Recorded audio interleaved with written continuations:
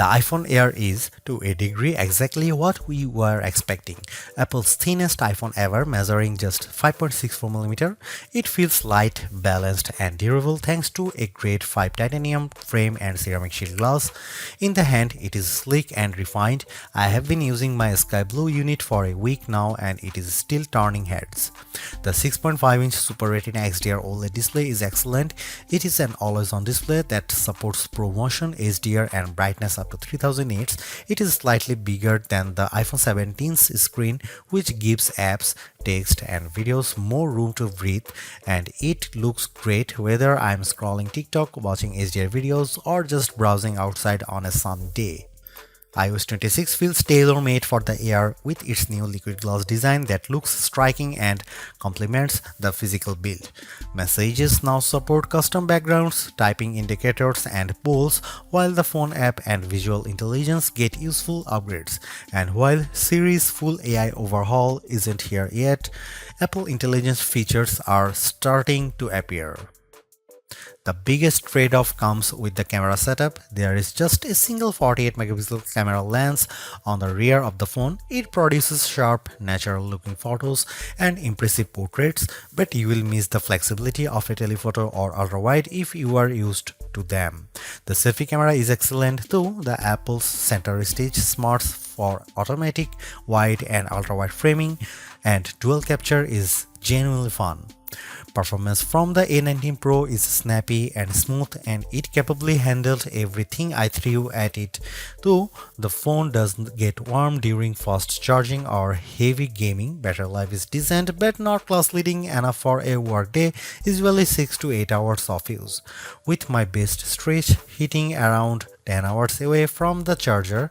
Power users may want to invest in the $99 MagSafe Battery Pack, which matches the phone's slim profile and adds about 65% more life, but it is an added cost.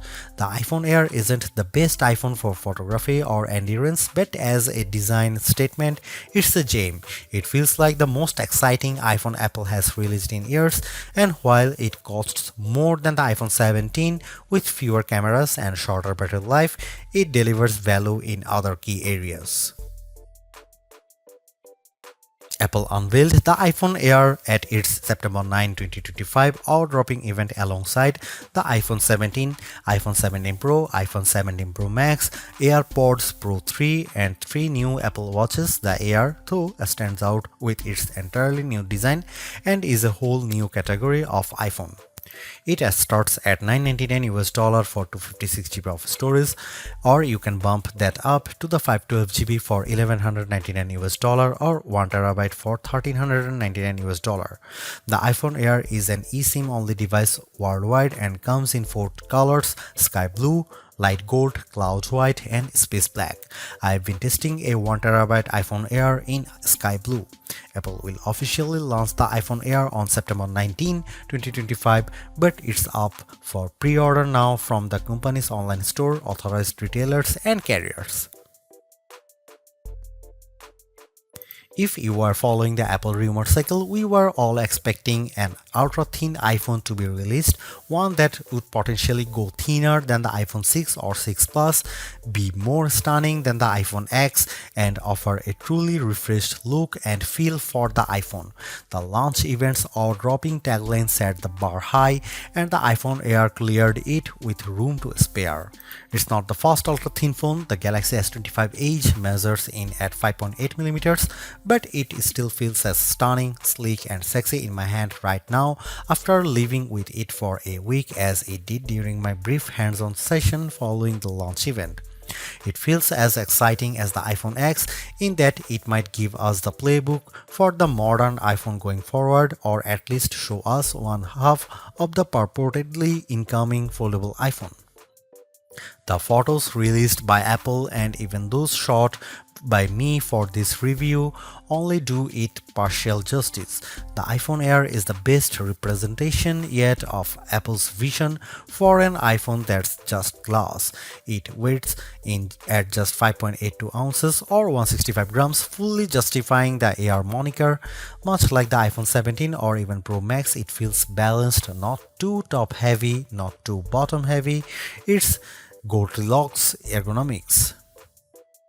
I don't know if I'd quite call it awe-dropping, but the thinness is the part that gets people excited. At its thinnest, the iPhone Air is 5.64mm or 0.22 inches, and the plateau only jutes out of a bit more. I was instantly wowed, and over the course of a week, I have really become accustomed to this look and feel for an iPhone. While conducting some testing over the week, I showed it to my brother and sister-in-law, who were both visibly impressed when holding it. They asked about durability and were a little stunned at the overall feel. Then came the questions about battery life and the camera, both of which I will address below, and whether the USB-C port was thinner.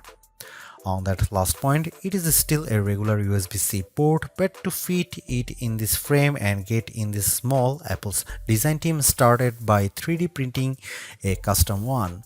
And given how thin this phone had to be, Apple went back to grade 5 titanium for the shell and sides of the device. To further enhance the looks, it has a polished finish. My sky blue review handset is different from the MacBook Air and iPad Air colors of the same name. It is a bit lighter and pastel-like. I really like it, and the Air also comes in light gold, space black and cloud white. While the innermost layer of the iPhone Air sandwich is made of that strong titanium, which can bend slightly under pressure but is designed to spring back, it's topped and bottomed with glass and glass ceramic, specifically ceramic shield 2 on the front and a ceramic shield on the back. The rear, like the iPhone 17, is mostly frosted matte glass, while the top bump gets the glossy finish. Apple says the Air is 3 times more scratch resistant on the front, so I've still been careful sliding this in and out of my front or rear jeans pockets, and the back is 4 times more crack resistant. It also has the same IP68 rating for resistance to dust and water as the iPhone 17, 17 Pro and 17 Pro Max. It survived a light drizzle shortly after I unboxed it in Apple Park. The weather's been wet in my home state of Jersey, and the Air has shown no issues when being used in rain or surviving a dunk test. Even given the extreme thinness here, you still get the usual buttons you would expect on an iPhone. Camera control has been redesigned to live on the right hand side, and it's slightly thinner but about the same length as on other iPhones. The power or sleep button sits slightly higher on this side, with the action button, volume up and volume down on the left. The main mono speaker lives at the top of some microphones, and there are 2 other microphones either side of the USB-C port on the bottom.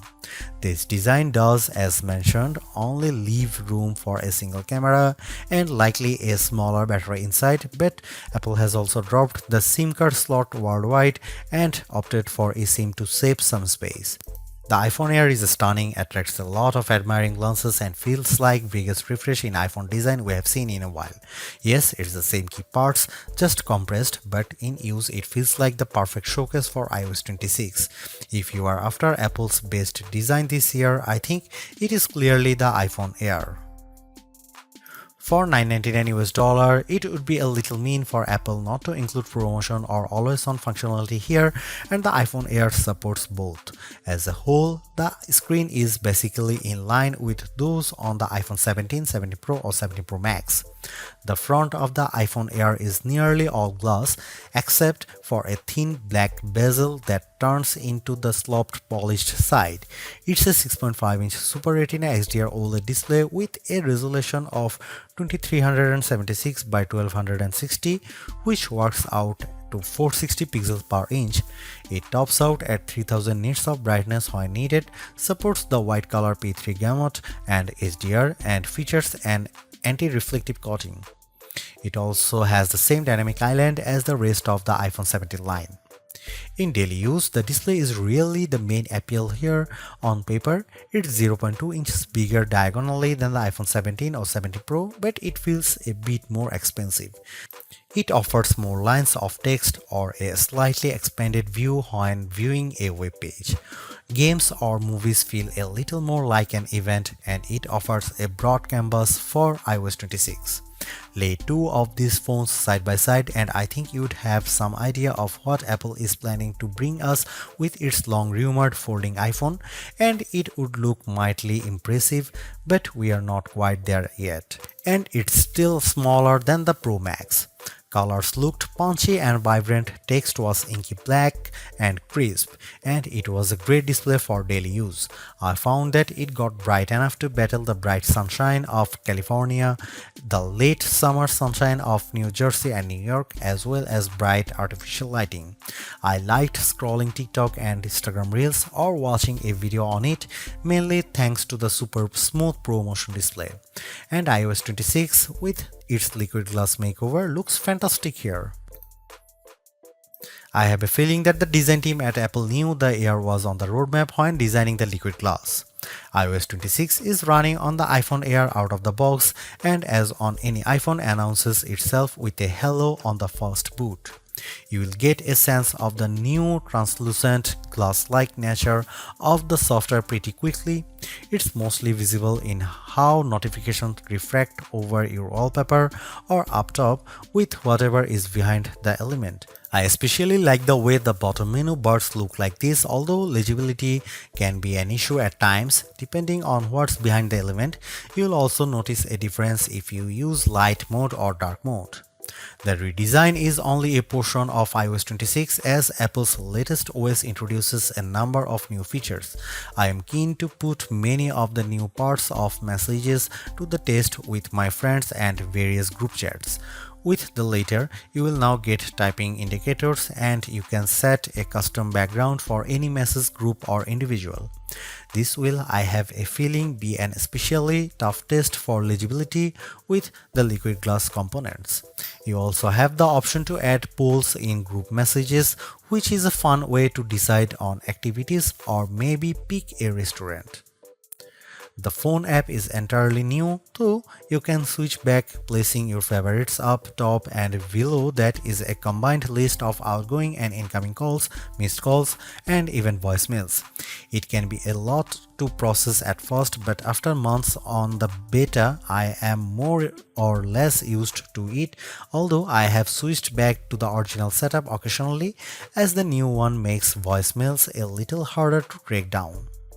You can also use live translation during calls, which can be helpful for international travel, and I especially like the wait on hold feature.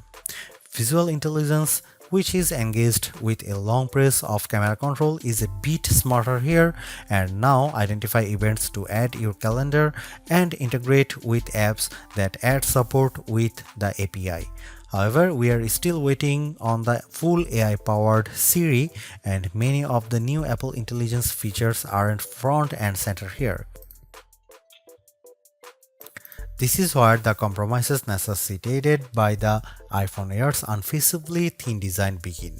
The iPhone Air only features a single 48-megapixel fusion camera on the back.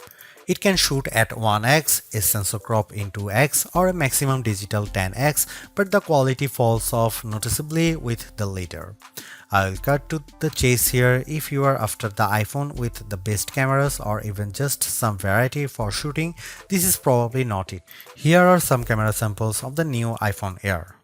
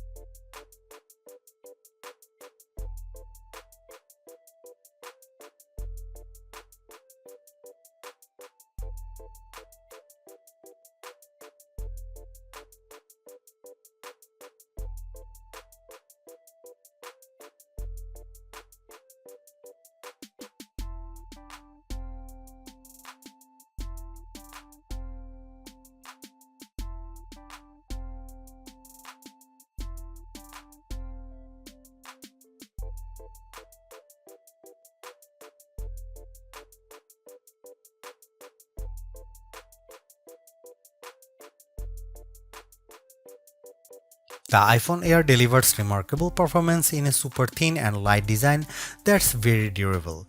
I especially like getting A19 Pro power in something this compact, but you have to make some trade-offs for that steep $999 price.